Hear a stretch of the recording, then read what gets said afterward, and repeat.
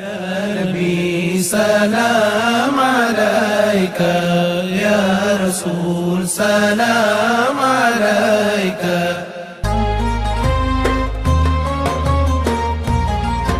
يا رسول الله صلوات الله عليك. نحمده ونصلي ونسلم على سيدنا ومولانا محمد رسوله النبي الأمين المكين الحنين الكريم الرؤوف الرحيم. أما بعد، بسم الله الرحمن الرحيم. محترم مشائخ علماء کرام، معزز خواتین و حضرات اور عزیزان گرامی قدر، اندر کی زیادہ کر دے دونوں طرف. اللہ رب العزت کا شکر ہے جس نے شب میلاد مصطفیٰ صلی اللہ تعالی علیہ وآلہ وسلم ہمیں عطا فرمائے.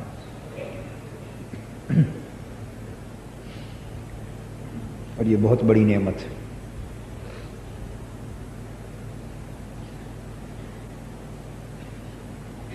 مختصر سا ذکر حضور علیہ الصلوۃ والسلام کی ولادت باسعادت کا کرتے ہیں. میں تفصیلی خطاب نہیں کرنا چاہتا، چند ایک اجمالی سی باتیں یاد دہانی کے لیے، یاد کو تازہ کرنے کے لیے، اور اس یاد سے اپنی طبیعتوں کو فرحت دینے کے لیے، اپنے ذوق کو جلا دینے کے لیے، اپنے ایمان کو تازگی دینے کے لیے کر لیتے.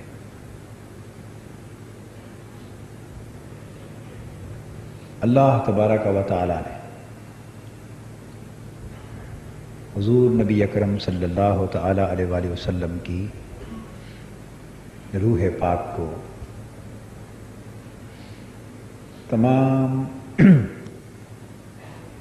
انبیاء، رسولوں، ولیوں اور اپنی تمام فرشتوں اور تمام مخلوقات کی ارواح سے پہلے پیدا فرمایا.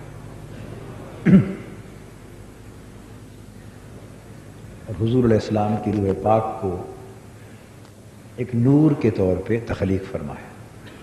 آپ کی روح اقدس ایک نور کی شکل میں تخلیق فرمائی گئی.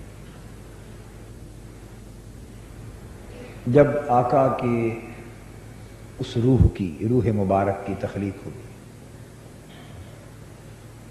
اس نور مبارک کی تخلیق ہوئی، اس وقت زمین و آسمان کی کائنات میں حتیٰ کہ تحت الثری سے عرش معلیٰ تک کی کائنات میں کچھ بھی نہ تھا. صرف اللہ کی ذات تھی. اللہ پاک نے اپنے نور کے براہ راست فیضان سے، اپنے نور ذات کی براہ راست توجہ سے، براہ راست پرتو سے، براہ راست اپنے نور کے فیض سے، بغیر کسی درمیانی واسطے کے، بغیر کسی درمیانی واسطے کے، اپنے نور کے فیض سے اپنے محبوب کا نور پیدا. یہ اللہ جل مجدہ کے حکم کن کا پہلا جلوہ تھا. انما امرہ اذا اراد شیئا ان یقول لہ کن فیکون. اللہ پاک کی جو شان کن فیکون ہے، کیا اللہ پاک کی شان کن اس کا پہلا ظہور حضور کی ذات پاک بن گئی. اس کا پہلا جلوہ حضور کا نور بنا۔ اس وقت نہ عرش تھا نہ فرش تھا، نہ لوح تھی نہ قلم، نہ زمین تھی نہ آسمان، نہ انسان تھے نہ جنات تھے نہ ملائکہ تھے، نہ دوزخ تھی نہ جنت تھی، عالم خلق میں کچھ بھی نہ تھا، فقط خالق تھا، مخلوق معدوم تھی۔ تو خلق کا نقش اول، خلق کا نقش اول اور اللہ کے امر کن کا پہلا ظہور حضور کا نور بنا، صلی اللہ علیہ وسلم، حضور کا نور بنا۔ اور فرمایا اذا اراد شیئا ان یقول له کن فیکون، جب وہ کسی شے کو پیدا فرمانا چاہتا ہے تو اس کا امر کیا ہے؟ حکم دیتا ہے ہو جا، فیکون، پس وہ ہو جاتی۔ یہ جو فیکون ہے، ہو جاتی ہے، یہ ہونے لگتی ہے، یہ ہو جاتی ہے، اور یہ پھر ہوتی رہتی ہے، اور یہ پھر ہوتی رہے گی۔ تو وہ جو پہلا نقش خلق کا اور اللہ کے امر کن کا پہلا ظہور جو حضور کے نور سے وجود میں آیا، وہ امر کن کا وہ نتیجہ تھا۔ جب حضور کا نور معرض وجود میں آ گیا تو پھر فیکون، اس کے بعد سے کائنات ہوتی چلی آ رہی ہے، اس کے بعد سے کائنات اس نقش اول، خلق کے نقش اول سے پھر کائنات ہونے لگی اور ہوتی آ رہی ہے اور ہوتی چلی جائے گی۔ وَيَزِيدُ فِي الْخَلْقِ مَا يَشَاءُ، تو قیامت تک کائنات میں جو کچھ پیدا ہوتا رہے گا وہ بالواسطہ حضور کے نور ہی کے ذریعے تخلیق ہو رہا ہے۔ تو پھر اللہ پاک کو جہاں منظور تھا وہ نور، وہ روح پاک، وہ نور سیر کرتا رہا اللہ کے حضور۔ اس لیے حضور نے فرمایا اول ما خلق اللہ نوری، سب سے پہلے اللہ نے میرے نور کو پیدا فرمایا۔ اور حضرت جابر کو بھی یہی فرمایا کہ ساری کائنات اور ساری اشیاء سے پہلے تیرے اللہ نے تیرے نبی کا نور اپنے نور کے براہ راست فیض سے تخلیق کیا۔ یاد رکھیں حضور نہ اللہ کا حصہ ہے، معاذ اللہ، استغفر اللہ، نہ حضور کا نور اللہ کے نور کا حصہ ہے۔ ایسا عقیدہ رکھنا کفر ہے، ایسا عقیدہ رکھنا، بولیے، نہ حضور کا نور اللہ کے نور کا ٹکڑا، نہ حضور کی روح طیبہ اللہ کے نور کا ٹکڑا، نہ حضور کی ذات اللہ کی ذات سے منتزع ہوئی، اللہ کی ذات سے نہ حضور کی ذات نکلی نہ حضور کا نور نکلا۔ اللہ کی ذات ایسے امر سے پاک ہے، ایسے امر سے پاک ہے، سو کوئی شرکت نہیں ہے، کوئی شرکت اور شرک نہیں ہے۔ وہ تو اللہ پاک نے اپنے نور کا ایک جلوہ فرمایا، پرتو فرمایا، اور بغیر کسی واسطے کے اپنے نور کے فیض سے جو نور تخلیق کیا وہ حضور علیہ الصلوۃ والسلام کا نور کہلایا، وہ نور محمدی کہلایا۔ سو حضور علیہ السلام اللہ کے نور کے مظہر ہوئے، اللہ کے نور کے مظہر ہوئے۔ یہی حضور کی روح پاک تھی، یہی حضور علیہ الصلوۃ والسلام کی روح اقدس تھی۔ پھر اتنا زمانہ بیت گیا جتنا اللہ نے چاہا، زمانہ بیتتا گیا، پھر انبیاء علیہ السلام کی ارواح مقدسہ تخلیق ہوئی، انبیاء علیہ السلام کی روحیں پیدا کی گئیں، اور ان روحوں کے سامنے حضور علیہ الصلوۃ والسلام کی روح پاک پیش کی گئی۔ تو حضور علیہ السلام کی روح پاک اور آپ کے نور مبارک کے پرتو نے انبیاء کرام کی روحوں کو ڈھانپ لیا، یعنی ان سب انبیاء کی روحوں کو حضور علیہ الصلوۃ والسلام کی روح پاک اور نور اقدس کا فیض ملا، اور اللہ پاک نے ان سے فرمایا کہ تم یہ نور کون ہے، یہ نور کس کا ہے؟ سو انبیاء علیہ السلام نے حضور کے نور پاک کو پہچان لیا۔ کیا پہچان لیا؟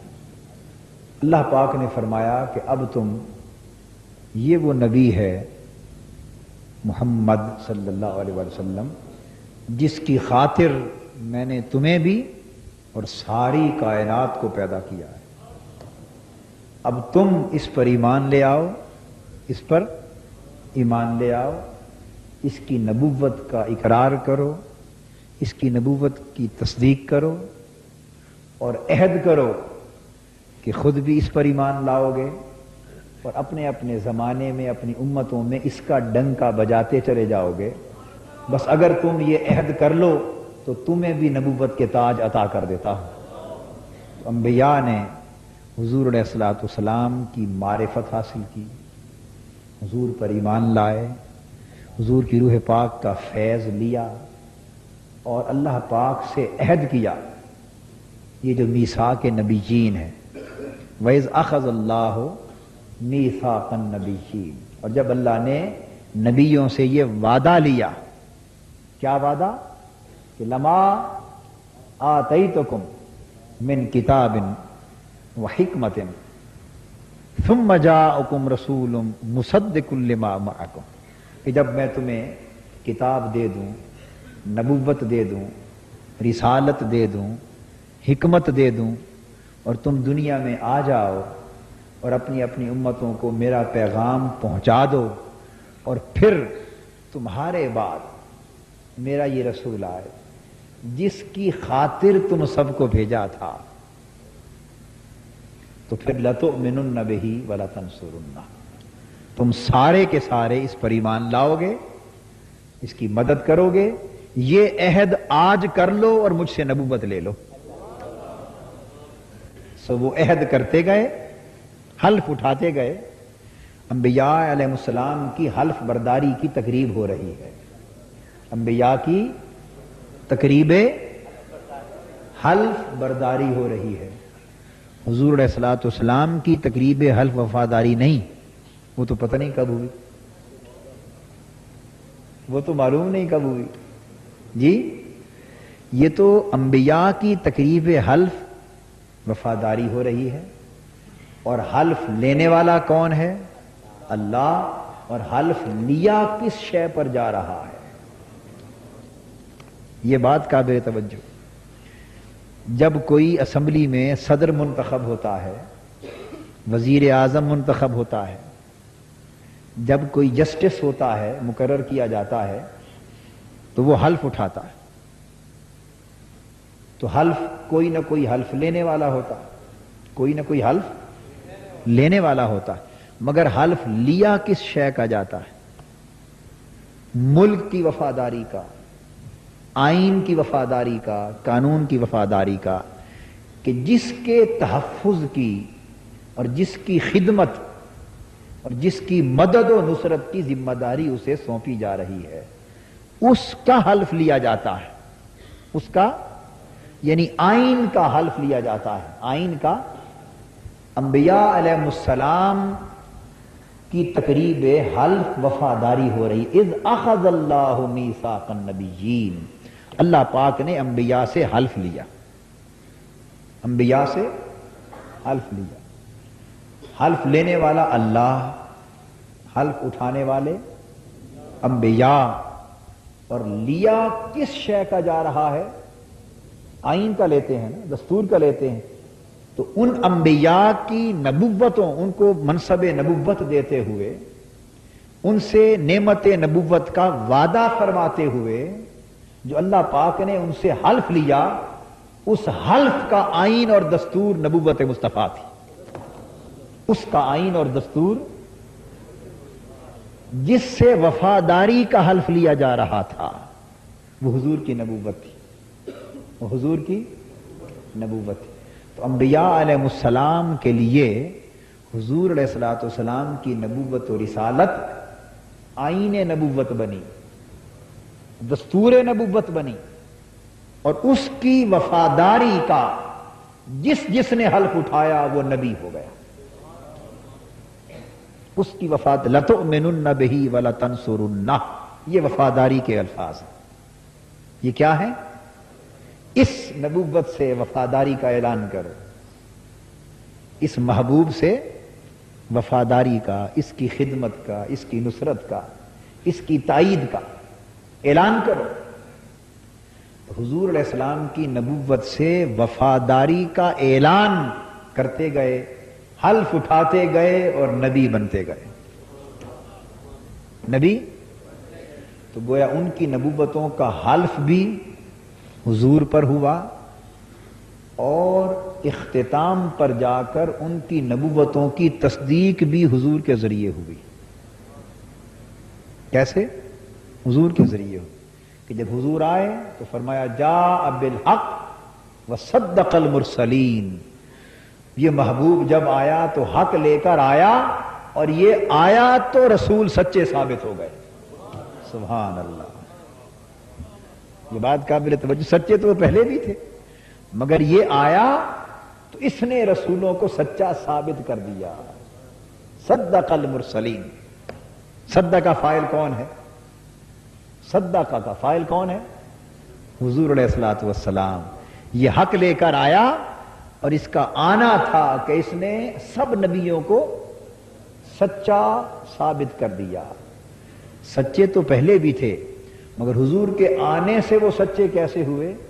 اس لیے کہ وہ سارے حضور کی آمد کے ڈنکے بجاتے رہے، اور اگر معاذ اللہ حضور نہ آتے تو سب کی نبوتیں باطل ہو جاتی۔ کیسے تصدیق ہوئی؟ اگر معاذ اللہ حضور تصدیق کا وقت آیا تو ان کی تصدیق حضور کی آمد پر منحصر تھی۔ حضور آ گئے تو سب سچے ثابت ہو گئے، آ گئے تو سب سچے ثابت ہو گئے۔ تو آنے سے پہلے بھی ان کی نبوتوں پر حضور کا حلف اور حضور کی مہر، اور آنے کے بعد بھی ان کی تصدیق حضور کے ذریعے۔ تو گویا انبیاء کے اول بھی حضور ہوئے اور ان کے آخر بھی حضور ہوئے۔ انبیاء کے اول بھی حضور ہوئے اور ان کے آخر بھی حضور ہوئے۔ ان کی ابتدا بھی حضور ہوئے اور ان کی انتہا بھی حضور ہوئے۔ اللہ پاک نے ان سے حضور کی نبوت کی وفاداری کا حلف لیا۔ بولیے کیا؟ حضور علیہ الصلوۃ والسلام کی نبوت سے وفاداری کا حلف لیا۔ یہ ہوئی تقریب حلف وفاداری انبیاء۔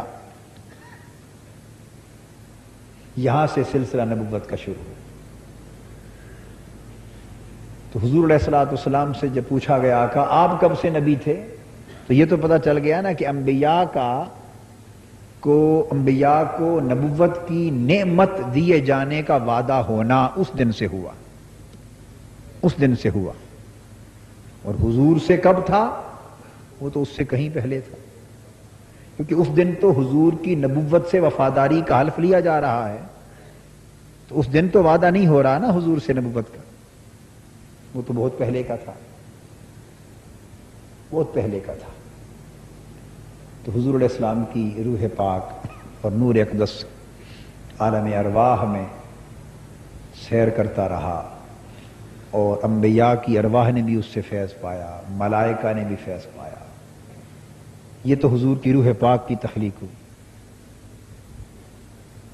پھر وہ نور جب عالم بشریت کے سلسلے کا آغاز ہوا، تو یہ بات جو بتانے والا ہوں وہ یہ کہ روح اقدس بھی پیدا کی اور حضور کا جسد اقدس بھی پیدا کی، یعنی حضور کی ذات پاک میں نورانیت کا جو گوشہ اور روحانیت کا گوشہ ہے، روح پاک کا اور نور اقدس کا گوشہ وہ پیدا کیا، اور سب ملائکہ کے سامنے پیش کیا کہ وہ پہچان لیں، انہیں حضور کے نور پاک کی معرفت ہو جائے۔ اور جب آقا کی بشریت پیدا کرنے کا وقت آیا، جسد اطہر اس کو بھی پیدا کیا، اور وہ بھی ساری بالائی کائنات کے سامنے پیش کیا کہ پہچان لیں. تو گویا ہر کسی کو حضور کی معرفت کروائی گئی، ہر کسی کو.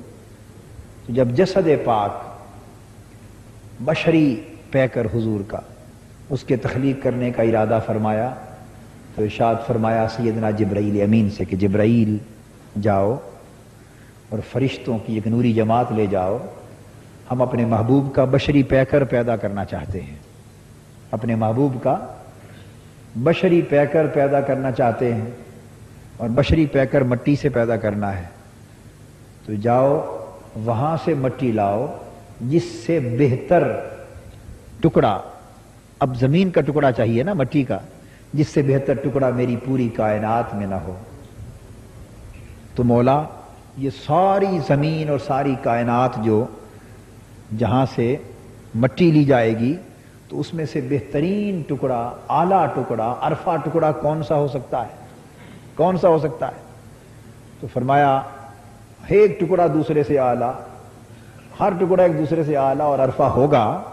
کسی نے کہا کعبۃ اللہ کا ٹکڑا اعلیٰ و عرفہ ہے، کسی نے کہا کوئی ٹکڑا بیت المقدس والی جگہ عرفہ و اعلیٰ ہے، مگر نہیں، بات یہ طے ہوئی کہ یہ سارے ٹکڑے عرفہ و اعلیٰ صحیح، مگر سب سے اونچی جگہ وہ ہوگی جہاں میرے محبوب کا پیکر بشری لیٹے گا. بشری پیکر جس جگہ وہ بشری پیکر آرام فرما ہوگا، کعبہ بھی نیچے رہ جائے گا، بیت المقدس بھی نیچے رہ جائے گا، اور عرش معلیٰ بھی نیچے رہ جائے گا. تو مٹی اسی جگہ سے لو جہاں میرے محبوب کا مزار بننے والا ہے، گنبد خضرا بننے والا.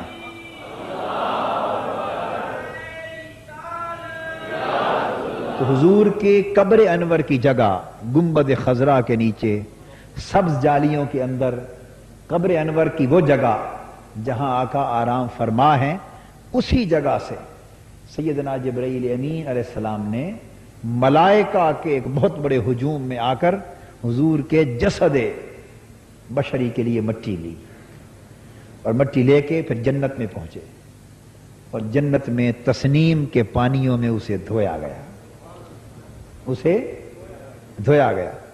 تو مٹی بھی اس طرح لے جائی گئی جس طرح دولہے کو بارات لے جاتی ہے. محبوب ہمارا آوت ہے، محبوب ہمارا آوت ہے. تو جنت میں تسنیم کے پانیوں میں دھویا گیا، اور اتنا دھویا گیا کہ اس مٹی سے نور نکلنے لگا، اس مٹی سے. تو میں تو کئی بار سوچتا ہوں کتنے نادان ہیں لوگ جو حضور کی ذات پاک کے بارے میں نور اور بشر کے جھگڑوں میں مبتلا رہتے ہیں. کوئی کہتا ہے بشر ہے، کوئی کہتا ہے نور ہے. یہاں حالت یہ ہے کہ نور بھی حضور کی بشریت سے پیدا ہو رہا ہے. جس مٹی سے بشریت بن رہی ہے وہ نور کی شعاؤں کو بولیے تخلیق دے رہی ہے. نور کی شعائیں اس مٹی سے نکل رہی ہیں. وہ کیسا بشر اور وہ کیسا نور، نہ نور وہاں پہنچ سکے نہ بشریت وہاں پہنچ سکے.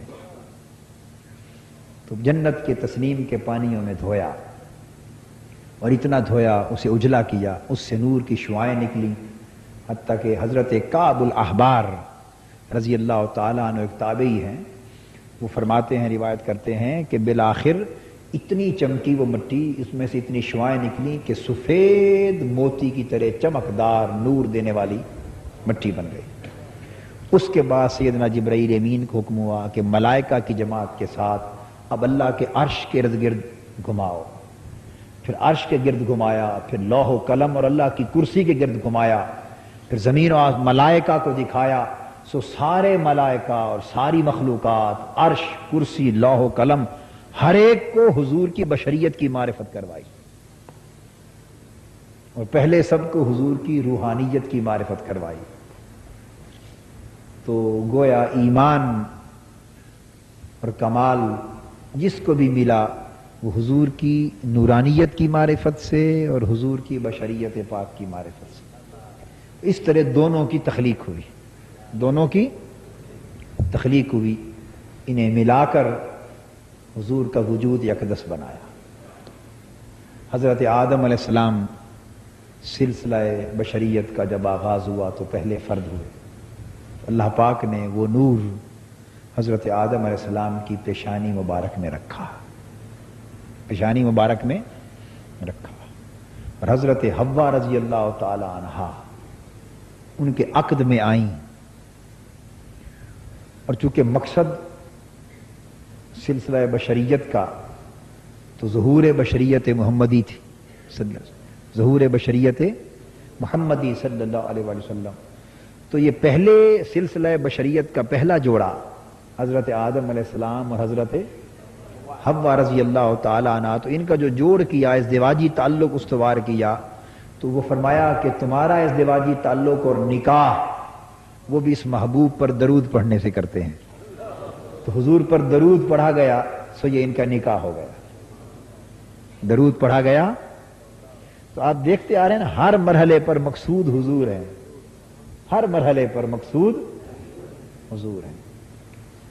حضرت آدم علیہ السلام کہ جسد اقدس سے یہ نور حضرت حوا رضی اللہ تعالی عنہ کے بطن مبارک میں منتقل ہوا، اور بعض کتابوں میں آتا ہے کہ انہیں اتنا احساس تھا، انہیں اتنا احساس تھا کہ جب حضرت حوا رضی اللہ تعالی عنہ کے بطن اقدس میں حضور علیہ السلام کا نور اقدس منتقل ہو گیا، تو حضرت شیس علیہ السلام پیدا ہوئے، جن کی نسل سے حضور علیہ السلام کی ولادت ہوئی، تو ان کے تولد تک حضرت آدم علیہ السلام حضرت حوا کے قریب نہیں گئے۔ یہ احساس تھا، اتنا احساس تھا، اللہ نے اتنا علم عطا کر دیا تھا کہ حضرت شیس علیہ السلام کے تولد تک حضرت آدم علیہ السلام حضرت حوا کے پھر قریب نہیں گئے، اس نور کا اتنا احترام کیا، اس کا اتنا ادب، اتنا احترام کیا، اتنا حیا کیا۔ اور پھر اللہ کا کرم دیکھیے، حضرت حوا کے بطن سے ہر بار جوڑا پیدا ہوتا، ہر بار جوڑا پیدا ہوتا، پر جب حضرت شیس علیہ السلام کی ولادت کا وقت آیا تو چونکہ حضور کا نور منتقل ہو رہا تھا تو تنہا پیدا ہوا، اس وقت بطن سے تنہا پیدا ہوا۔ تو اس طرح حضور علیہ السلام کے نور اقدس کو اللہ پاک نے حضرت آدم علیہ السلام کی اولاد میں منتقل کی۔ پھر اللہ پاک نے پاک صلبوں کو یعنی پاک پشتوں کو چنا اور پاک رحموں کو چنا۔ حضرت آدم علیہ السلام کی اولاد میں مومن بھی ہوئے، کافر بھی ہوئے، مومن بھی ہوئے، مشرک بھی ہوئے، ساری دنیا انہی کی اولاد ہے نا، مگر حضور علیہ الصلوۃ والسلام کا سلسلہ نسب جو بنایا جانے والا تھا، اس میں اس پشت کو چنا جس پشت میں ایمان ہے، اور اس رحم اور بطن اور پیٹ کو چنا جس میں ایمان ہے۔ تو کفر اور شرک کی آلودگیوں سے ان پشتوں کو بھی پاک رکھا جو حضور کے نسب میں آنے والی تھی، سلبوں کو، اور ان رحموں اور پیٹوں بطنوں کو بھی پاک رکھا جو حضور کے سلسلہ امہات میں آنے والے تھے۔ تو تمام آبا اور تمام امہات چونکہ ظرف بنے، برتن بنے حضور کے نور کے، تو دودھ رکھنا ہو جس میں تو برتن صاف کیا جاتا ہے، پاک چیز رکھنی ہو تو برتن پہلے دھوتے ہیں۔ تو یہ اس برتن کو خبر تو نہیں ہوتی کہ مجھے اتنا اہتمام سے کیوں دھویا جا رہا ہے، برتن اور بھی پڑے ہیں کچن میں، باورچی خانے میں کئی برتن پڑے ہیں، مگر مجھے مانج کر اتنا کیوں دھویا جا رہا ہے، اسے تو خبر نہیں ہوتی۔ اسے کیا خبر کہ یہ مجھے میری خاطر نہیں بلکہ جو میرے اندر رکھا جا رہا ہے اس کی طہارت کی خاطر مجھے طاہر کیا جا رہا ہے، پاک کیا جا رہا ہے، مانجا دھویا جا رہا ہے۔ تو جس پشت اور جس بطن کے برتن میں حضور کے نور کو رکھنا تھا، جس ظرف میں، اس کو کفر اور شرک کی آلودگیوں سے پہلے دھو دیا، تاکہ نور حضرت آدم اور حضرت حوا سے لے کر حضرت عبداللہ اور حضرت آمنہ تک پاک پشتوں اور پاک رحموں سے گزرتا ہوا آئے۔ تو حضور کے آباء و امہات کے سلسلے میں بھی آلودگی کا کوئی ذرہ نہ لگے، اس طرح حفاظت کے ساتھ وہ نور گزرا۔ پھر حضرت نوح علیہ السلام کی حیات طیبہ میں بھی اس نور کے جلوے ہوئے۔ حدیث میں بھی آتا ہے، بزرگان دین نے تذکرے بھی کیے ہیں، حضرت نوح کی کشتی کے باب میں بھی حضور کے نور کے فیوزات کا ذکر ہے.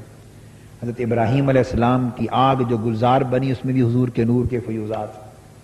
حضرت اسماعیل علیہ السلام کا بچ جانا اور دمبا کا ذبح ہو جانا یہ بھی حضور کے نور کی برکات ہیں. سو قصہ یہ کہ وہ نور پاک پاکیزہ پشتوں اور رحموں سے گزرتا ہوا حضرت عبد المطلب تک آ پہنچا. حضرت عبد المطلب رضی اللہ تعالی عنہ تک آ پہنچا. یہ حضور کے دادا جان تھے. پھر ان کی پیشانی میں چمکنے لگا. وہ بھی بڑے حسین ہوئے. بھئی جس پیشانی میں حضور کا نور چمکے تو وہ حسین ہوگا نا جی، وہ حسین ہوگا. وہ اپنے علاقے میں، اپنے ملک میں، اپنے قبیلے میں، اپنی زمین میں حسین و جمیل ہوگا. تو اس کے حسن کے بھی چرچے ہوتے، مگر چرچے اس کے ہوتے اور چرچوں والا وہ حسن مصطفی ہوتا، وہ نور مصطفی ہوتا. حضرت عبد المطلب، پھر ان کی شادی ہو گئی. حضرت عبداللہ، ان کے کئی بیٹے ہوئے، ان میں سے ایک حضرت عبداللہ ہوئے رضی اللہ تعالیٰ عنہ. تو اللہ پاک نے پھر حضرت عبداللہ کو کی پشت کو منتخب کیا اپنے محبوب کے نور کے ظہور کے لیے. جب منتخب کیا یہ بھی حسین ہوئے. اب ان کی پیشانی میں یہ نور چمکا کرتا، یہ نور ان کی پیشانی میں چمکا کرتا. اور پھر جس کی پیشانی میں یہ نور چمکتا، حضرت آدم علیہ السلام سے لے کر یہاں تک اسے احساس ہوتا کہ یہ کچھ ہے. اسے احساس ہوتا کہ یہ چمک کسی چمک والے کی ہے، یہ ہے. وہ اس کا خیال کرتے اور اس کے فیوزات اور اس کے برکات وہ دیکھتے بھی تھے. اور ان کے وجود میں حضور کے نور پاک کی برکتیں بھی ظاہر ہوتی. کبھی خوشبوئیں آتی، کبھی روشنیاں آتی، کبھی مہک ہوتی، کبھی لوگ چل چل کے صرف اس کا چہرہ دیکھنے کے لیے آتے. یہ حضور کے سارے سلسلے میں رنگ رہا. حضرت عبد المطلب رضی اللہ تعالی عنہ جب وہ نور ان کے بیٹے حضرت عبداللہ کی پشت میں منتقل ہو گیا تو انہیں فکر ہوئی. پھر حضرت عبداللہ جوان ہو گئے. اب انہیں فکر ہوئی کہ ان کی شادی کی جائے.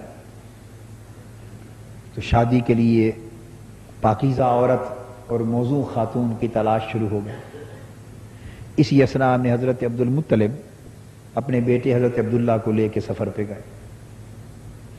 سفر پہ گئے تو راستے میں ایک خاتون جو عالمہ تھی، تورات کی، انجیل کی، زبور کی، پہلی کتابوں کی، انبیاء علیہ السلام کے صحیفوں کی عالمہ تھی. اس کی نظر حضرت عبداللہ کے چہرے پر پڑی. وہ فریفتہ ہو گئی. اس نے خواہش ظاہر کی حضرت عبد المطلب سے کہ مجھے حضرت عبداللہ کے عقد میں لے لو، ان کی عقد میں لے لو. انہوں نے فرمایا اچھا بعد میں سوچتے ہیں. انہوں نے اصرار کیا. اسی اثنا میں حضرت وہب کی بیٹی حضرت آمنہ رضی اللہ تعالی عنہا، چونکہ بطن کا تو انتخاب ہو چکا تھا. یہ فیصلے تو اوپر ہوتے ہیں، نیچے تو ہوتے نہیں. یہ فیصلے اوپر ہوتے ہیں، نیچے تو نہیں ہوتے. تو ان کے بطن کا تو انتخاب ہو چکا تھا حضرت آمنہ کا. یہ تو بطن تھا نا. میں تو سمجھتا ہوں کہ دودھ پلانے والی دائیوں کا بھی اوپر ہی انتخاب ہو چکا تھا. ہائے ہائے، کس نے دودھ پلانا ہے، کس نے پالنا ہے، کس نے گود میں لینا ہے. تو ہر شے کا انتخاب ہو چکا تھا. کیونکہ تو یہ سارا سلسلہ انتخاب کا ہی چلا آ رہا ہے. تو پھر جب واپس آئے عقد ہو گیا. حضرت عبداللہ کا حضرت آمنہ سے نکاح ہو گیا، شادی ہو گئی. ایام تشریق میں جمعہ کی رات تھی کہ اس رات اللہ پاک نے حضرت عبداللہ کی پشت سے حضور کا نور حضرت آمنہ کے پیٹ میں منتقل کر دیا. جمعہ کی رات، ایام تشریق میں جمعہ کی رات. کیسی پاکیزہ دن تھے، کیسی پاکیزہ رات تھی. یہ نور پاک ادھر منتقل ہو گیا. پھر جو پلٹ کے اس راہ سے گزرے، اس خاتون نے پھر دیکھا. حضرت عبد المطلب بن حضرت عبداللہ نے پوچھا بی بی شادی کا ارادہ ہے؟ اس نے کہا نہیں نہیں. پوچھا اس وقت تو درخواست کرتی تھی کہ مجھے حضرت عبداللہ کے عقد میں دے دو، میں شادی کرنا چاہتی ہوں. تو اب ہم خود پوچھتے ہیں تو جواب دیتی ہو نہیں، وجہ کیا ہے؟ اس نے کہا وہ جس کی خاطر شادی کرتی تھی وہ نور خوش نصیب آمنہ لے گئی، وہ نور کوئی لے گئی، میں تو اس کی خاطر کرتی تھی.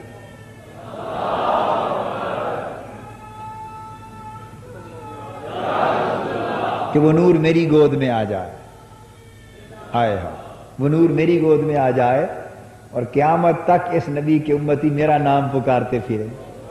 آج آمنہ آمنہ ہوتا ہے نا، وہ تو اس نے چاہا، میں تو اس نصیب کو حاصل کرنا چاہتی تھی، وہ خوش نصیب خاتون لے گئی. پھر حضرت آمنہ کے بطن مبارک میں حضور علیہ السلام کا نور منتقل ہوا. جب منتقل ہوا تو فرماتی ہیں کہ پھر گھر کے احوال اور ہو گئے. جب نور اقدس ان کے بطن مبارک میں منتقل ہوا تو شہر مکہ کے احوال بھی بدلنے لگے. پھر وہ سال بڑی خشکی، خشک سالی، قحط سالی کے دن تھے مکہ میں. تو اللہ پاک نے اس نور کی برکت سے اسے سنۃ الفتح والابتہاج بنا دیا. اس سال پھر خشک سالی ختم کر دی، ہریالی آ گئی، برکتیں آ گئیں، رحمتیں آ گئیں. گھر میں ہر وقت فرشتوں کا آنا جانا رہتا، انبیاء علیہ السلام کی مقدس ارواح کا آنا جانا رہتا، حضرت مریم کا، مقدس بیبیوں کا، جو پاکیزہ بیبیاں، پاکیزہ ازواج، پاکیزہ خواتین ہو گزری، ان کی روحوں کا آنا جانا رہتا، مبارکبادیاں دیتی. حضرت آمنہ رضی اللہ تعالیٰ عنہ فرماتی ہیں کہ مجھے بوجھ محسوس ہی نہ ہوتا. تو حضور کا بوجھ، یہ تو بوجھ اٹھانے والے تھے، بوجھ دینے والے تو نہیں تھے، تو پتہ ہی نہ چلتا کہ میرے بطن میں بچہ ہے. یہ کیفیت ہوتی. اور حضور علیہ الصلوۃ والسلام کی ولادت تک یہ جب 9 ماہ پورے ہو گئے تو 12 ربیع الاول آیا.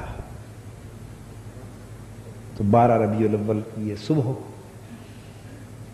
کچھ ستارے چمک چمک کر بجھ گئے تھے، کچھ چمک رہے تھے، رات کی تاریکی جا رہی تھی، صبح کا اجالا آ رہا تھا.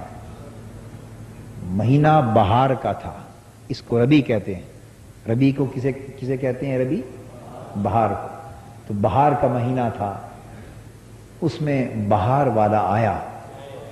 بہار کے مہینے میں صبح کا وقت حضرت آمنہ رضی اللہ تعالیٰ عنہ فرماتی میں نے خواب دیکھا. ایک روایت میں ہے کہ اس طرح اس سے یہ پتہ چلتا ہے کہ مشاہدہ کیا کہ میرے پیٹ سے نور نکلا ہے، اور وہ نور اتنا چمکا کہ شام کے، ملک شام کے محلات اور ملک شام کے محلات اور بازار اور عمارتیں مکہ کی وادی میں بیٹھے ہوئے روشن ہو گئیں. اتنا دور تک اس نور کی چمک گئی، یکلخت پردے اٹھ گئے، یکلخت پردے اٹھ گئے. اب چونکہ معروف سرزمین تو شام کی تھی، معروف سرزمین شام کی تھی، اور سب سے دور علاقہ بھی ملک شام تھا. تو جو علاقہ معروف تھا اسی کا ذکر کیا. خدا جانے مشرق سے مغرب تک ساری دنیا سے پردے اٹھ گئے ہوں گے اس نور سے. مگر حضرت آمنہ رضی اللہ تعالیٰ عنہ کے بیان میں ملک شام کا ذکر آتا ہے. پھر جب حضور علیہ السلام کی ولادت کی رات آئی، اللہ پاک نے 3 جھنڈے گاڑے، ایک مشرق میں، ایک مغرب میں، ایک خانہ کعبہ کی چھت پر. واضح کر دیا کہ یہ مرکز ہے اور مشرق سے مغرب تک اب اس آنے والے سلطان کی سلطنت ہے، اس بادشاہ کی حکومت. اب مشرق سے مغرب تک اسی کی سلطنت ہوگی، اسی کے ڈنکے ہوں گے، اسی کے چرچے ہوں گے، اسی کے تذکرے ہوں گے، اسی کی امت ہوگی، اسی کی باتیں ہوں گی. جھنڈے گاڑ دیے گئے.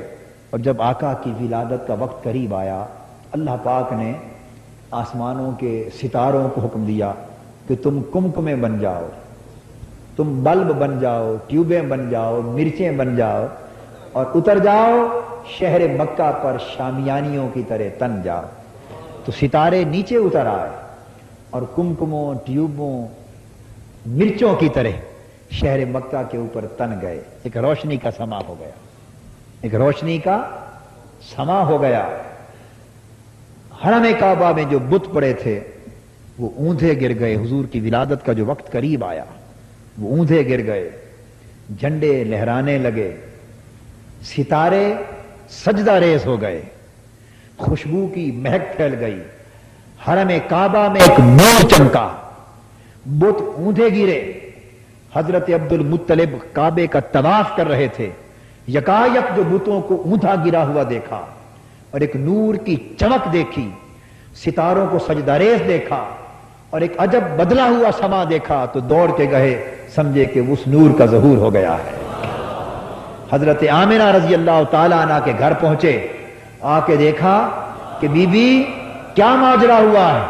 انہوں نے کہا کہ وہ نور جو 9 ماہ سے میرے پیٹ میں تھا اب وہ حسن کا پیکر بن کر جلوہ گر ہو گیا ہے، اور معصوم معصوم ہاتھ، اجلا اجلا بدن، ختنے ہوئے ہوئے، ناف کٹی ہوئی، کاجل سا پہنا پہنا لگا، نوری بدن، اس حسن کا پیکر، ایک معصوم سا پیکر، پیارے پیارے ننھے منھے ہاتھ زمین پر رکھ کر تولد ہوا اور سجدے میں گرا۔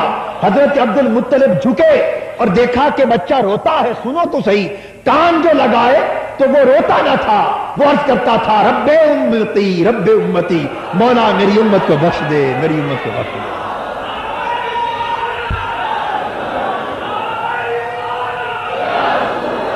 بس پیدائش ہوئی تو امت کا فکر لے کر آئے، مولا امت کو بخش دے، امت کو بخش۔ یہ کیسا پیدا ہوا جو پیدائش کے وقت سے امت کی فکر کرتا ہے۔ خیال آیا کہ اس کا نام کیا رکھیں، آواز آئی کہ نہیں، اس کا نام تم نے کیا رکھنا ہے، اس کا نام تو محمد ہے۔ آسمانوں پر احمد ہے، زمینوں پر محمد ہے۔ مبشرن یاتی من بعد اسمہ احمد، اس کا آسمانی نام تو پہلے ہی اعلان کیا جا چکا ہے، احمد، حضرت عیسیٰ علیہ السلام اعلان کر چکے ہیں، اور زمینی نام اس کا محمد ہے۔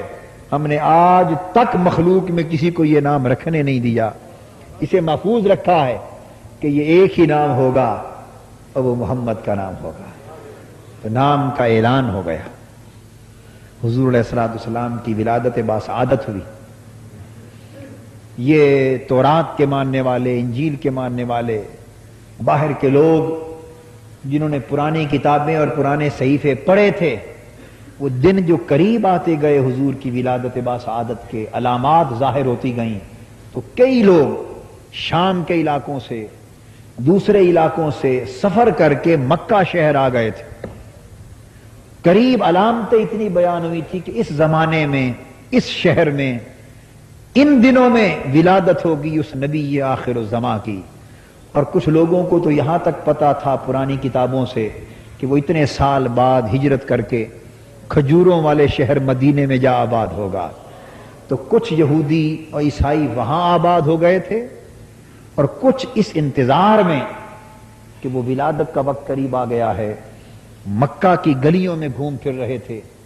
ادھر گھر میں حضور کی ولادت ہوئی، اور بعض لوگ جو تورات، انجیل، زبور اور پرانی کتابوں کے عالم تھے، جب رات صبح کا سما دیکھا تو کتابوں میں علامتیں پڑھ کے ان کا حالت یہ تھی کہ ادھر حضور کی ولادت ہوئی، ادھر وہ بآواز بلند چیخ کر کہہ رہے تھے کہ آج وہ نعمت بنی اسماعیل لے گئے۔ ایسے لگتا ہے کہ وہ ولادت حضور کی ہو گئی، حضور کی ولادت۔ بس ادھر حضور کی ولادت کا ہونا تھا، ادھر صدیوں سے ایران میں مذہب زرتشت کا جو آتش کدا جلتا چلا آ رہا تھا، ادھر حضور کی ولادت ہوئی، ادھر صدیوں کی جلتی ہوئی آگ بجھ گئی، اور تاک کسرا کے اندر زلزلہ آ گیا، اور 14 کنارے اس کے ٹوٹ کر گر گئے، آتش کدے بجھ گئے، کفر کے تاک کے کنارے ٹوٹ گئے، بت اوندھے گر گئے، ملائکہ ترانے گانے لگے، حوریں ترانے گانے لگیں۔ ایک عجیب سما تھا، ہر طرف نور ہی نور تھا۔ اور اس سال پھر اللہ، آپ ہمارے بچے ہوتے ہیں تو ہم بھی بانٹتے ہیں نا کوئی چیز، تو سال قحط سالی تھی، اللہ پاک نے ہریالی بانٹی، بارش بانٹی، رزق بانٹا، فراخی بانٹی. جس جس عورت کے پیٹ میں کوئی بچہ تھا اللہ نے حضور کے صدقے ہر ایک کو بیٹا عطا کیا. بیٹا عطا کیا. کوئی یہ نہ سمجھے کہ اللہ کے ہاں کوئی بیٹے اور بیٹی کا فرق ہے. اللہ کے ہاں بیٹے بیٹی کا فرق بولیے نہیں ہے. تو کوئی سوال کر سکتا ہے تو پھر بطور خاص بیٹے کیوں عطا ہوئے؟ اس میں حکمت کیا تھی؟ حکمت بڑی سیدھی سی بات ہے، یہ تھی کہ وہ کفر اور شرک کا زمانہ تھا. وہ ظالم لوگ بیٹیوں کو زندہ قتل کر دیتے تھے، زندہ قتل کر دیتے، درگور کر دیتے تھے. رب ذوالجلال نے حضور کی ولادت کے توسل سے سرزمین مکہ کو اس سال ظلم سے بچا لیا. نہ کسی کے گھر بیٹی ہو، نہ کوئی ناحق قتل ہو، نہ بیٹی ہو نہ کوئی ناحق قتل ہو. آج حضور کے صدقے ہر ایک کی گود ہری ہو گئی، ہر ایک کی گود. یہ علامت تھی اس بات کی کہ اس نبی کی جو پیدائش ہوئی ہے یہ اس دنیا سے ناحق ظلم مٹانے کے لیے آیا ہے. ناحق ظلم کو مٹانے کے لیے آیا. ہر ایک کو بیٹوں کی نعمت عطا ہوئی. پھر آقا کی ولادت ہو گئی. حضرت آمنہ رضی اللہ تعالی عنہ کی گود ہری ہو گئی. پھر حضور علیہ الصلوۃ والسلام حضرت عبد المطلب نے اٹھایا. والد ماجد کا تو انتقال ہو چکا تھا. پھر آقا بچپن اور لڑکپن میں پھر دستور کے مطابق دائیاں آئیں، دستور کے مطابق دائیاں آئیں لینے کے لیے. پھر حضرت حلیمہ سعدیہ محلہ بنی ہاشم کی اور دائیاں بھی آئیں. اور بچے، چونکہ بچے بہت سے پیدا ہوئے، ہر گھر بیٹا، ہر گھر بیٹا، تو ہر کوئی امیر گھر تلاش، ہر دائی امیر گھر تلاش کرتی کہ اٹھا کے لے جاؤں، اچھی خدمت ہو، اچھے پیسے ملیں، اچھا معاوضہ ملے. تو جو اس گھر آتی پتہ چلتا اس گھر بھی بیٹا ہوا ہے تو پوچھتے اس کا باپ کون ہے؟ لوگ بتاتے یتیم ہے. تو دائیاں ہٹ جاتی کہ یتیم ہے، خدا جانے کچھ ملے گا یا نہیں. یتیم سمجھ کر در یتیم کو چھوڑ جاتی. اور یہ بھی چھوڑنا ان کا اختیاری فعل نہ تھا، یہ بھی مشیت الہی کا فیصلہ تھا، کیونکہ گود حضرت حلیمہ کی منتخب ہو چکی تھی. گود حضرت حلیمہ کی منتخب ہو چکی تھی. پھر حضرت حلیمہ آئی، حضور علیہ السلام کو اٹھایا، لے گئی. ماڑی سی اونٹنی، کمزور سی اونٹنی، سب سے پیچھے پیچھے پیچھے پیچھے چلے، نہ اس میں جان نہ اس میں طاقت. آقا کو اٹھایا، چوما، اونٹنی پہ بٹھایا، لے گئی. تو بٹھاتے ہی اونٹنی کا مقدر بدل گیا، وہ طاقت میں آ گئی. دوڑے بھاگے. لوگ پوچھیں حلیمہ یہ وہی اونٹنی ہے جو جس پر گئی تھی؟ آج تو اس کا چلنے کا انداز ہی کچھ اور ہے، سواری بدل لی ہے مکہ جا کر. اس نے کہا سواری تو نہیں بدلی، سوار بدلا ہے. سواری تو وہی ہے، سوار بدلا.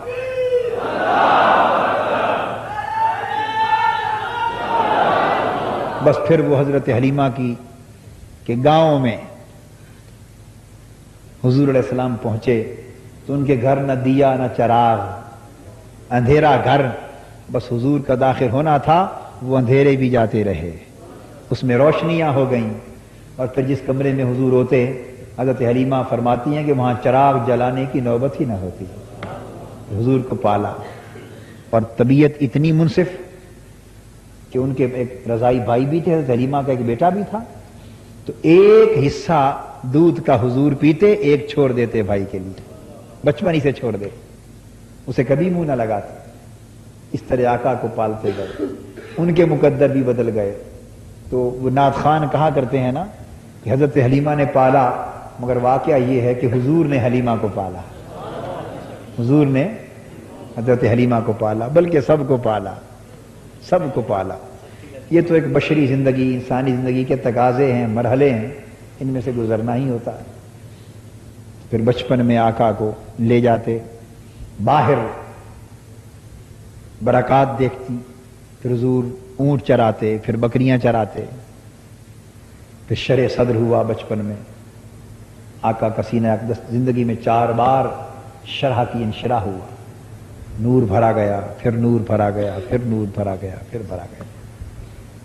تو علی ھذا القیاس پھر حضور علیہ الصلوۃ والسلام 4 سال یا 6 سال کی عمر مبارک کو پہنچے تو واپس حضرت حلیمہ سعدیہ حضرت آمنہ رضی اللہ تعالی عنہ کی پاس لے آئے اور پھر آقا کی زندگی کا آغاز ہوا محلہ بنی ہاشم میں، پھر لڑکپن کا دور، پھر جوانی کا دور، پھر بعثت کا دور، اعلان نبوت کا دور۔ یہ سب کچھ آپ سنتے جانتے پڑھتے رہتے ہیں۔ یہ بات پھر بعثت کا دور، اعلان نبوت کا دور، یہ سب کچھ آپ سنتے جانتے پڑھتے رہتے ہیں۔ یہ 12 ربیع الاول کی صبح حضور علیہ الصلوۃ والسلام کے میلاد پاک کی صبح، اور میں سمجھتا ہوں کہ اسی صبح کے طفیل ساری کائنات کو صبح ملی، اسی ایک صبح کی طفیل ہر رات کو صبح ملی، اسی ایک فجر کی طفیل دنیا کو فجر ملی۔ ہائے ہائے ہائے ہائے، اسی ایک فجر کے صدقے دنیا کو فجر ملی۔ یہ ایک فجر نہ ہوتی تو دنیا میں کبھی فجر نہ ہوتی، صرف رات ہی رات ہوتی۔ یہ ایک صبح نہ ہوتی تو کائنات میں کبھی صبح نہ ہوتی، بس شب تاریک ہی شب تاریک ہوتی۔ اس ایک صبح کا اجالا نہ ہوتا تو دنیا بھی اجالے سے محروم ہوتی۔ تو دوستو، یہ ساری صبحیں، یہ ساری فجریں، یہ سارے اجالے، یہ ساری روشنیاں، یہ ساری رونقیں اسی صبح میلاد کے باعث ہیں، اسی حضور کی ولادت باسعادت کی صبح کا باعث ہے۔ اس لیے یہ میلاد کی رات اور یہ میلاد پاک کی صبح، میں سمجھتا ہوں کہ سال بھر کی راتیں اور سال بھر کے دن اور سال بھر کی صبحیں اور سال بھر کی شامیں ایک طرف، اور حضور کی شب میلاد اور صبح میلاد ایک طرف، یہ سب کچھ اسی کے صدقے ہمیں نصیب ہوا ہے۔ اس لیے خوش نصیب ہیں وہ لوگ جو حضور کے میلاد پاک کی رات اور میلاد پاک کی صبح خوشیاں مناتے اور اپنی طبیعتوں میں کیف اور سرور محسوس کرتے ہیں۔ اور خوش نصیب ہیں وہ لوگ کہ 14 صدیاں بیت گئیں، حضور تشریف لائے، حضور کی بعثت ہوئی، حضور نے مکی اور مدنی زندگی گزاری، آقا کا وصال ہو گیا، ظاہراً دنیا سے تشریف لے گئے، 1400 سال بیت گئے، مگر ہم ولادت کی خوشی ہی مناتے چلے آ رہے ہیں، وفات کا غم نہیں مناتے، وفات کا غم نہیں، حالانکہ وفات بھی اسی 12 ربیع الاول کو ہے، ولادت اور میلاد بھی اسی 12 ربیع الاول کو ہے۔ بڑی سیدھی سی بات ہے دوستو، یاد رکھ لو کہ بے شک غم لوگوں کے مرنے پر، مرگ پر منایا جاتا ہے، اس لیے مناتے ہیں کہ آنے والا چلا گیا، مگر ہم حضور کی وفات کا غم اس لیے نہیں مناتے کہ حضور آئے اور ہمیشہ رہنے کے لیے آئے، وہ جانے کے لیے نہیں آئے تھے۔ تو حضور ہم سے نہیں گئے، حضور ہم سے نہیں گئے، بولیے حضور ہم سے، حضور ہم سے جدا، حضور ہم سے جدا نہیں، وہ تشریف لائے اور قیامت تک کے لیے تشریف لائے۔ فرق صرف اتنا پڑا، فرق صرف اتنا پڑا، وہ جو پردہ موت ہے اس سے فرق صرف اتنا پڑا کہ 63 برس وہ جو جلوہ حسن تھا وہ ایک چراغ تھا جس کو کھلے صحن میں رکھا گیا تھا، اور اعلان یہ تھا کہ ابو بکر، عمر، عثمان و علی آئیں وہ بھی دیکھ لیں، ابو جہل، ابو لہب آئے وہ بھی دیکھ لیں۔ وہ حسن کا چراغ ہر ایک کے لیے جلتا تھا، اور وصال کا فرق صرف اتنا پڑا کہ اس چراغ کو کمرے میں رکھ دیا، کہا کوئی ابو بکر اور علی کی آنکھ والا آئے تو آج بھی دیکھ لے، کوئی ابو جہل، ابو لہب بن کے آئے تو اس سے چھپا دیا، اس سے چھپا دیا۔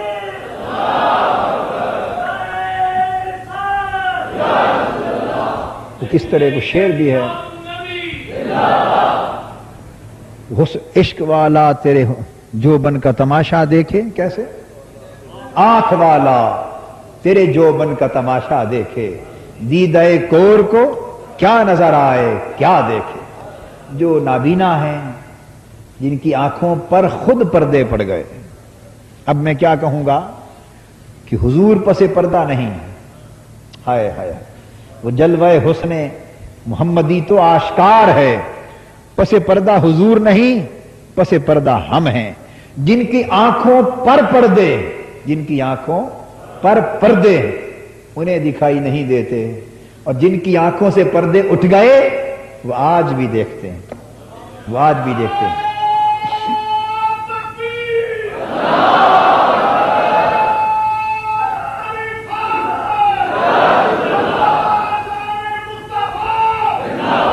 اس لیے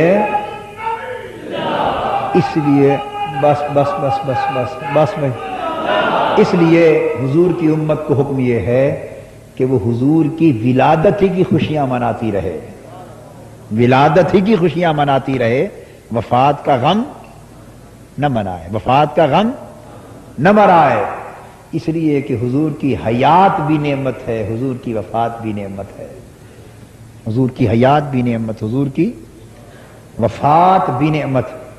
تو دیکھنے والوں کو آج بھی نظر آتے ہیں، جو چاہتے ہیں، جو خود کو اہل کر لیتے ہیں، ان کو آج بھی دکھائی دیتے ہیں، ان کو آج بھی سنائی دیتے ہیں، ان کو آج بھی اپنی ملاقات اپنے وصال کے شرف سے بہرور کرتے ہیں۔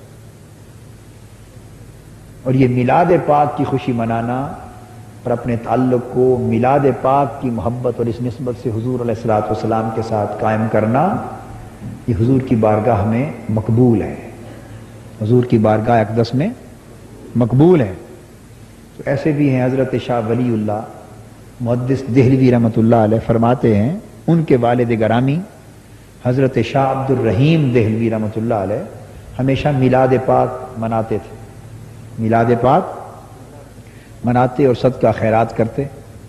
شاہ ولی اللہ محدث دہلوی فرماتے ہیں ایک سال ایسا ہوا کہ گھر میں کچھ نہ تھا، گھر میں کچھ نہ تھا، مگر ان کے لیے یہ ممکن نہ تھا کہ وہ اس افلاس کی وجہ سے حضور کے میلاد کو چھوڑ دیں، تو جو کچھ میسر آیا اس سے چنے لے لیے، اور چنے کی شکل میں جو کچھ بھی آ سکا وہی حضور کے میلاد پاک کی خوشی میں بانٹ دیا۔ اور رات کو آقا کی زیارت ہوئی اور دیکھا کہ چنے حضور کے سامنے پڑے ہیں اور حضور دیکھ کے مسکرا رہے ہیں، اور اشارہ فرما رہے عبد الرحیم ہم تو یہ نہیں دیکھتے کہ زردہ ہے، چنے ہیں، کیا ہے یا کیا نہیں، ہم تو محبت دیکھتے ہیں کہ غلام نے اپنے آقا کی ولادت کی خوشی منائی ہے، خوشی منائی ہے۔ سو پھر جو اتنا تعلق استوار کر لیتے ہیں ان پر کرم بھی ہوتا ہے حضور کا، ان پر آقا کا کرم بھی ہوتا ہے۔ اب یہ بد اعتقادی کا دور ہے، مادیت پرستی کا دور ہے، ظلم کا، نفس پرستی کا، لا تعلقی کا، محرومی اور بدبختی کا دور ہے۔ ورنہ اگر انسان بدبختی سے بچ جائیں تو یہ آج سے 200 سال 300 سال 250 سال پہلے کے بزرگ ہیں شاہ عبد الرحیم محدث کے لیے، پھر ان کے بعد بھی بڑے اولیاء اللہ اور بڑے غلاموں پر حضور کے کرم رہے اور آج بھی ہیں۔ تو جب تعلق ہو جائے تو فرماتے ہیں شاہ ولی اللہ محدث دہلوی کہ میرے والد گرامی بیمار ہو گئے، والد گرامی بیمار ہو گئے، تو ان کے سسر، ان کا نام بھی شاہ عبد الرحیم تھا، والد گرامی حضرت شاہ عبد الرحیم دہلوی فرماتے ہیں کہ لیٹے ہوئے اور اچانک ان کے سسر شاہ عبد العزیز وہ آئے اور آ کے کہنے لگے کہ بیٹا عبد الرحیم اپنی چارپائی کا رخ بدل لو، جس طرف سے تمہاری جس طرف پائیں ہے نا قدم ہے، اسی طرف سے حضور تمہاری عیادت کے لیے تشریف لا رہے، عیادت کے لیے تشریف لا رہے۔ تو فوراً چارپائی کا رخ بدل لیا، اتنے میں آقا تشریف لے آئے اور آ کے اپنے غلام کی حضرت شاہ عبد الرحیم کی عیادت فرمائی۔ حضرت شاہ عبد الرحیم محدث دہلوی فرماتے ہیں کہ عیادت فرمائی تو دل میں خیال آیا، معلوم نہیں یہ خواب میں تک رہا ہوں آقا کو یا بیداری میں تک رہا ہوں، تو اگر واقعتاً حضور آئے ہیں تو معلوم نہیں کوئی نشانی بھی دے جاتے ہیں یا نہیں۔ بس یہ جو خیال آیا زباں سے نہیں عرض کیا، آقا نے اپنی ریش مبارک پر دست یکدست پھیرا اور ریش مبارک کے 2 بوئے مبارک 2 بال دست یکدست میں آئے، سرہانے کے نیچے رکھ دیے، فرمایا بیٹا عبد الرحیم جب ہوش میں آئے گا اٹھا لینا، ہم خواب و خیال میں نہیں آئے، حقیقتاً آئے تھے، خواب و خیال میں نہیں حقیقتاً آئے تھے۔ اور کوئی ہمارا ہو جائے تو ہمارے اوپر کوئی پابندیاں نہیں، ہم آیا جایا کرتے ہیں۔ اور میں آپ کو سچ بتاتا ہوں، یہ پابندیاں ہمارے لیے ہیں، وہ لوگ جو نفس کے بندھنوں میں جکڑے گئے، جو شیطنت کے بندھنوں میں جکڑے گئے، جو بشریت کے بندھنوں میں جکڑے گئے، جو انانیت کے بندھنوں میں جکڑے گئے، جو فسق و فجور اور گناہوں اور غفلتوں کے بندھنوں میں جکڑے گئے۔ یہ ساری الجھنیں، ساری بندھنیں، یہ ساری رکاوٹیں ہماری طرف سے ہیں، آقا پر کوئی رکاوٹ نہیں۔ وہ جس وقت، جس لمحہ، دن ہو یا رات، بیداری ہو یا خواب، مدینہ ہو یا کوئی دنیا کا خطہ، جس وقت جس غلام کے لیے جس حالت میں جب چاہے تشریف لے جاتے ہیں، چاہے تو بیداری میں جائیں، چاہے تو خواب میں جائیں، چاہے تو خواب میں جائیں، چاہے تو بیداری میں جائیں، چاہے تو 100 کو نظر آئیں، چاہے تو 1 کو نظر آئیں۔ آقا پر کوئی پابندی نہیں ہے، آقا پر کوئی پابندی نہیں۔ اس لیے تو ہم میلاد کی خوشی مناتے ہیں، اس لیے تو میلاد کی خوشی مناتے ہیں کہ حضور جب چاہیں جس غلام کے لیے جلوہ کر دیں، جب چاہیں تشریف لے جائیں۔ فرمایا کہ ہم تو حقیقتاً آئے تھے۔ جب یہ طبیعت سنبھلی تو دیکھا کہ تکیے کے نیچے حضور کے منہ مبارک پڑے تھے، اٹھا کے چوما، سنبھال کے رکھ لیا۔ حضرت شاہ ولی اللہ محدث دہلوی فرماتے ہیں کہ حضور کے منہ مبارک وہ آج بھی ہمارے پاس محفوظ ہیں۔ اور شاہ ولی اللہ محدث دہلوی فرماتے ہیں کہ ہم ہر پیر کے دن انہیں کھولتے ہیں، ہر پیر کے دن کھولتے ہیں، اور جب باہر دھوپ میں لاتے ہیں تو بادل سایہ کر لیتا ہے۔ ہائے ہائے، آج بھی بادل سایہ کر لیتا ہے۔ وہ معجزہ، چونکہ اسی جسد اقدس کا حصہ ہے نا جس پر بدلیاں سایہ کرتی تھی، اسی کا حصہ، تو آج بھی بادل سایہ کر لیتے ہیں۔ اور کوئی ناپاک جسم لے کر، بے وضو نجس جسم لے کر آ جائے تو جس صندوقچے میں بند ہیں اس کا تالا بھی نہیں کھلتا۔ اور کئی کافر آئے، انہوں نے حضور کے منہ مبارک کی زیارت کی، معجزہ دیکھا اور مسلمان ہو گئے۔ تو عرض یہ کر رہا تھا کہ حضور کا کرم تو آج بھی قائم اور دائم ہے، کرم آج بھی قائم اور دائم ہے، اس میں کوئی کمی نہیں۔ جھولی ہی تیری تنگ ہے، ان کے یہاں کمی نہیں، جھولی ہی تیری تنگ ہے، ان کے یہاں کمی نہیں۔ حضور کا کرم آج بھی جاری ہے۔ اور حضور علیہ السلام کو غلام جب یاد کرتے ہیں اور پکارتے ہیں اور صلاۃ و سلام پڑھتے ہیں، درود پاک پڑھتے ہیں اور تصور کر کے حضور کی طرف دھیان کر کے بیٹھتے ہیں، تو اللہ کی عزت کی قسم، مزار اقدس میں لیٹے ہوئے حضور نگاہ اٹھا کے اس کو تکتے ہیں، دیکھتے ہیں کہ میرا غلام محبت سے، پیار سے میری طرف دھیان کر کے پڑھ رہا ہے، تو آپ کا درود، آپ کا سلام خود اپنے مبارک کانوں سے سنتے ہیں۔ ملائکہ بھی پیش کرتے ہیں ادباً، ملائکہ بھی پیش کرتے ہیں ادباً، اور خود بھی حضور سنتے ہیں شفقتاً۔ تو حضور کا تعلق تو امتیوں سے بڑا گہرا ہے، حضور کا تعلق غلاموں سے بڑا گہرا ہے، اور حضور علیہ السلام کی ذات پاک کے لیے قرب اور بعد کوئی معنی نہیں رکھتا، کوئی ظاہراً قریب ہو یا ظاہراً بعید ہو۔ حضور کا لطف و کرم، حضور کی عنایت، حضور کی شفقت، حضور کا انعام، حضور کا فیض جاری و ساری ہے، اور قیامت تک جاری و ساری رہے گا، قیامت تک جاری و ساری رہے گا۔ اور یہ منہاج القرآن، یہ بھی حضور علیہ السلام کے فیض کی جو نہریں چلی حضور کی امت میں، آقا کی امت میں حضور کے فیض کی جو نہریں چلی، ندیاں چلی، نالے چلے حضور کی امت میں، اور ان نہروں میں جو حضور کا فیض چلا، اور حضور کے فیض کی جن جن نہروں نے امت کو سیراب کیا، رب ذوالجلال کی عزت کی قسم، یہ بھی انہی فیض مصطفی کی نہروں میں سے ایک نہر، انہی نہروں میں سے ایک نہر، انہی نہروں میں سے ایک، اللہ کی عزت کی قسم کھا کے بتا رہا ہوں۔ اور حضور علیہ الصلوۃ والسلام کی نبوت اور آقا کی رسالت کی قسم اور حضور کی شفقت کی قسم کھا کے بتا رہا ہوں، اس پر عقیدہ رکھو، میرا ایمان ہے، میرا ایمان ہے۔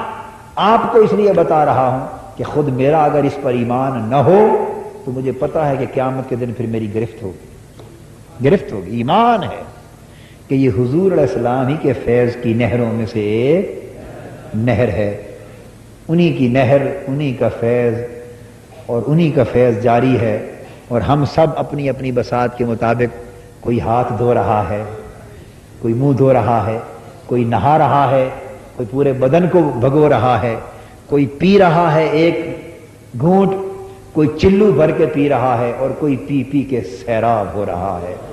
فیض وہی ہے، دعا کرو کہ خدا اس فیض کو جاری رکھے، اور حضور کی امت کی زمین اور میرے آقا کی امت کے کھیت اور میری آقا کی امت کی فصلیں اس فیض کی نہر سے جاری رہیں، اور پھر اس نہر سے اب کئی ندی نالے نکل گئے، کئی نکلیں گے اور نکلتے جائیں گے، اللہ پاک اسے ابد الاباد تک قائم رہے۔ مگر اس کے باقی رکھنے اور قائم رکھنے اور قائم رہنے اور اس فیض سے اپنے آپ کو سیراب کرتے رہنے کی شرط یہ ہے کہ تعلق حضور علیہ السلام کی ذات اقدس سے عشق اور محبت والا رکھا جائے۔ کیا؟ روکھا تعلق نہیں، کیا؟ روکھا اور سوکھا تعلق نہیں، عشق و محبت والا، ادب اور تعظیم والا تعلق رکھا جائے حضور کی ذات پاک سے، اور پھر اسی نسبت سے اس مشن سے بھی اسی طرح کا تعلق رکھا جائے، قلبی تعلق، روحانی تعلق، پختہ اعتقاد کے ساتھ، متزلزل ہو کر نہیں۔ بس جب جتنا عشق کا تعلق حضور کی بارگاہ سے، جتنی محبت اور ادب کا تعلق حضور علیہ السلام کی بارگاہ سے رکھیں گے اور حضور کی بارگاہ کا سگ بننے کے آرزو مند ہوں گے، اتنا ہی اس فیض کی نہر سے سیرابی ہوتی چلی جائے، نصیب ہوگا، یقیناً نصیب ہوگا۔ ہم تو کچھ نہیں، ہم تو یہی خدالیں لے کر اور مختلف چیزیں لے کے خدائی مدائی کرنے والے لوگ ہیں، خود سیرابی کے محتاج لوگ ہیں۔ ہم میں سے کوئی جھاڑو دے رہا ہے، ہم میں سے کوئی صفائی کر رہا ہے، کوئی خاک روب ہے، کوئی جمع دار ہے، کوئی کانٹے اٹھا رہا ہے، کوئی دریاں بچھا رہا ہے، کوئی نالا کھود رہا ہے، کوئی مٹی اٹھا رہا ہے۔ بس ہم تو سارے اس کام کے لیے مزدوری کرنے والے ہیں، ہم تو محنت مزدوری کرنے والے ہیں۔ دعا کرو کہ محنت اور مزدوری کی توفیق نصیب رہے، توفیق قائم رہے، اور یہ محنت، یہ مزدوری قبول کر لی جائے۔ وہ نہ تو ہمارے جیسے مزدوروں کے محتاج، نہ ہماری محنتوں کے محتاج، ان کے پاس تو کروڑوں، اربوں، خربوں اور بے حساب و بے شمار بڑے بڑے مردان حق کھڑے ہیں ہاتھ باندھ کر، بڑے بڑے مرد کھڑے ہیں ہاتھ باندھ کر۔ وہاں ہمارے جیسے کتوں کا تو شمار ہی کوئی نہیں، ہمارے جیسے کتوں کا تو شمار ہی کوئی نہیں، وہاں تو بڑے بڑے مرد دم بخود بنے کھڑے ہیں۔ وہ کس طرح ادب گاہست زیر آسمان، از عرش نازک تر، نفس گم کردمی آید، جنید و با یزیدی جا۔ وہاں تو بڑے بڑے جنید کھڑے ہیں، ارے وہاں تو بڑے بڑے با یزید کھڑے ہیں، وہاں تو بڑے بڑے عارف رومی، بڑے بڑے عارف بستامی، وہاں تو بڑے بڑے داتا گنج بخش، بڑے بڑے شہنشاہ بغداد، بڑے بڑے خواجہ اجمیر، بڑے بڑے بابا فرید، بڑے بڑے حضرت خواجہ نقش بند، اور بڑے بڑے میاں میر، اور بڑے بڑے سلطان باہو، اور بڑے بڑے اولیاء، بڑے بڑے اتقیاء، بڑے بڑے قطب، بڑے بڑے غوث ہاتھ باندھ کر دم بخود خادموں کی صف میں کھڑے ہیں کہ کب ہماری باری آئے، اور یوں کہہ کے پکار لیں کہ سگت را کاش نامی جامی نام بودے، سگت را کاش جامی نام بودے، قیامت بر زبانت گاہے گاہے، قیامت بر زبانت گاہے گاہے، کاش محبوب آقا تیرے کتے کا نام جامی ہوتا ہے۔ ہائے ہائے ہائے ہائے۔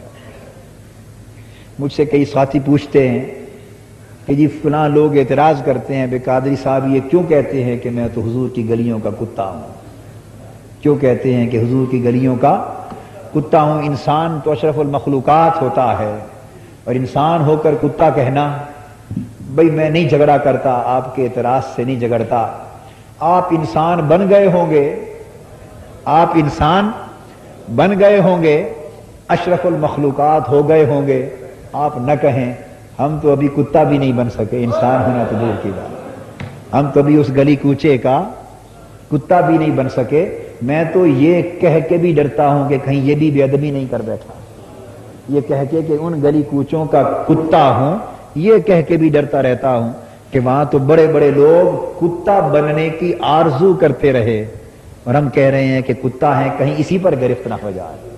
سگترا کاش جامی نام بودے، کہ محبوب کاش تیرے کتے کا نام جامی ہوتا، ہائے ہائے محبوب کاش تیرے کتے کا نام جامی ہوتا، ہائے ہائے محبوب کاش تیرے کتے کا نام جامی ہوتا، تیرے کتے کا نام طاہر ہوتا، تیرے کتے کا نام یہ ہوتا کہ آمد بر زبانت گاہے گاہے، کہ کبھی تیرا دھیان بڑھ جاتا اور تو اپنے کتے کو بلانا چاہتا تو میرا نام لے کے بلا لیتا، اسی بہانے نام تیری زبان پہ آ جاتا۔ تو ارے کتا ہو جانا خدا جانے کتنی بڑی شے ہے، اور کتا مالکوں کے در سے وفاداری کی علامت ہے۔ اس کو نجسی نہ دیکھو، اصحاب کہف کے ساتھ بھی کتے ہی کا ذکر آیا اس کی وفاداری کے باعث، اور 3 بار قرآن نے کتے کا ذکر اپنی آیتوں میں کیا۔ یہ جو نسبت ہے نا، نسبت یہ کتے والی نسبت، یہ نصیب ہو جائے تو بڑی بات ہے۔ تو میں یہ عرض کرتا ہوں، منہاج القرآن کی تحریک سے وابستہ لوگوں، آرزو کیا کرو کہ حضور سے نسبت سگانہ نصیب ہو جائے، حضور کے گلی کوچوں کے کتوں میں شامل ہو جائیں۔ وہاں بڑے بڑے جنید و بایزید کھڑے ہیں، وہاں تو بڑے بڑے اولو العزم اولیاء کھڑے ہیں۔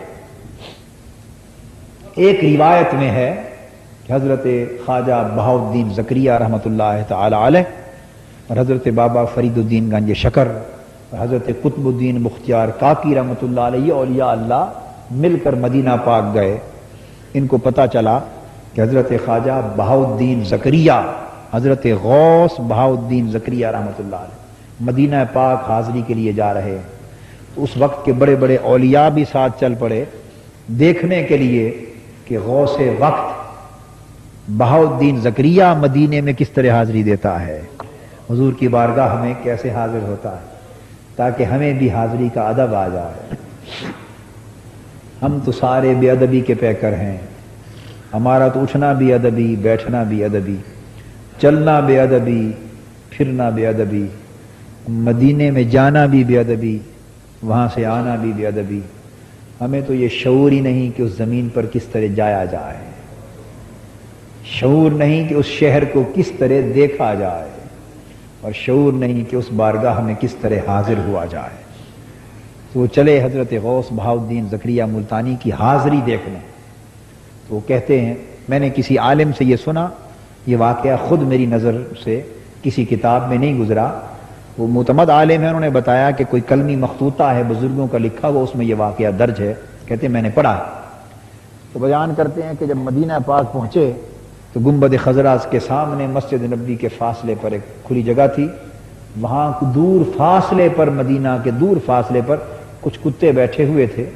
حضرت غوث بہاؤالدین زکریا ملتانی اس طرح اپنے بازو اور ٹانگیں پچھاڑ کر کتوں کی شکل اپنا کے کتوں میں جا کے بیٹھ گئے، اور حضور کے گنبد کی طرف تکنے لگے کہ کاش سگترا کاش جامی نام بودے، کہ آمد بر زبانت گاہے گاہے، کہ کاش حضور کے اشارہ ہو، کتے آ جا، ہم حضور کی بارگاہ میں حاضر ہو جائیں، حاضر ہو جائیں۔ ہائے ہائے ہائے۔ تو دوستو بات یہ ہے کہ سب کچھ اسی نسبت سے نصیب ہوتا ہے۔